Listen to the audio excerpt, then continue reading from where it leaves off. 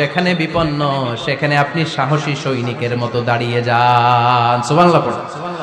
নবী হ্যাঁ, আপনি ভয় পাবেন না, কারণ আপনি এমন অসাধারণ ব্যক্তিত্ব, এমন জনকল্যাণমূলক কাজের আঞ্জাম আপনি দেন, এরকম লোককে আল্লাহ কখনো অপমান করতে পারে? আপনি চালিয়ে যান, আপনাকে থামানোর মতো অপশক্তি গোটা বিশ্বে দ্বিতীয়টা নাই। চিল্লায় বলেন ঠিক কিনা? বিশ্বনবীকে সাহস জুগিয়েছেন, এরকম সাহস জোগানোর মতো স্ত্রী আমাদের দরকার আছে না নেই?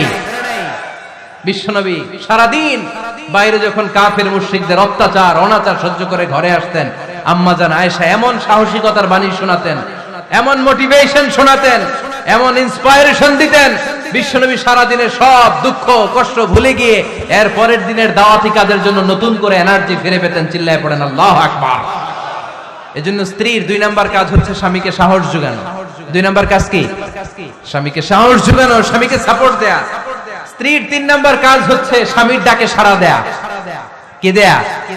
স্বামী যদি স্ত্রীর সঙ্গ পেতে চায়, স্ত্রীর ওই ডাকে সাড়া দিতে হবে। রাতের বেলা স্বামী যদি স্ত্রীর সঙ্গ চায়, আর স্ত্রী যদি সঙ্গ না দিয়ে চলে যায়, ফজর পর্যন্ত ওই স্ত্রীর উপর আল্লাহর ফেরেশতারা লানত দিতে থাকে। চিল্লায় পড়েন নাউযুবিল্লাহ।